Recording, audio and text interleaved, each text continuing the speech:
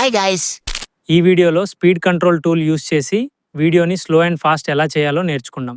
Welcome to day 4 of our 21 days CapCut series. First వీడియోని select చేసుకోండి.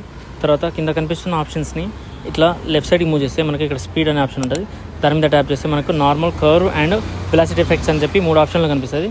అందులో first నార్మల్లోకి వెళ్తే మనకి ఏంటంటే ఇక్కడ బ్లాక్ డాట్ అనేది 1x మీద ఉంటుంది.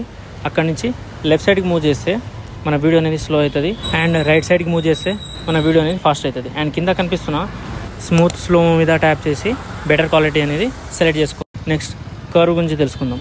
ఇక్కడ కర్వ్ మీద ట్యాప్ చేస్తే ఇక్కడ కొన్ని ఇన్బిల్ట్ గ్రాఫ్స్ ఉంటాయి, అవి యూస్ చేసుకోవచ్చు. లేదు మనం మాన్యువల్గా చేసుకోవాలనుకుంటే ఇక్కడ కస్టమ్ అని ఉంటుంది. ఆ కస్టమ్ మీద ట్యాప్ చేస్తే మనకి ఏంటంటే ఇక్కడ బ్లాక్ డాట్స్ కనిపిస్తుంది. ఈ బ్లాక్ డాట్ని కిందకి చేస్తే మన వీడియో అనేది స్లో అవుతుంది అండ్ అలాగే ఆ డాట్ని పైకి చేస్తే మన వీడియో అనేది స్పీడ్ అవుతుంది. అండ్ ఇక్కడ మనం కావాలంటే బీట్స్ని యాడ్ చేసుకోవచ్చు. యాడ్ బీట్ మీద క్లిక్ చేసి ఈ వీడియోలో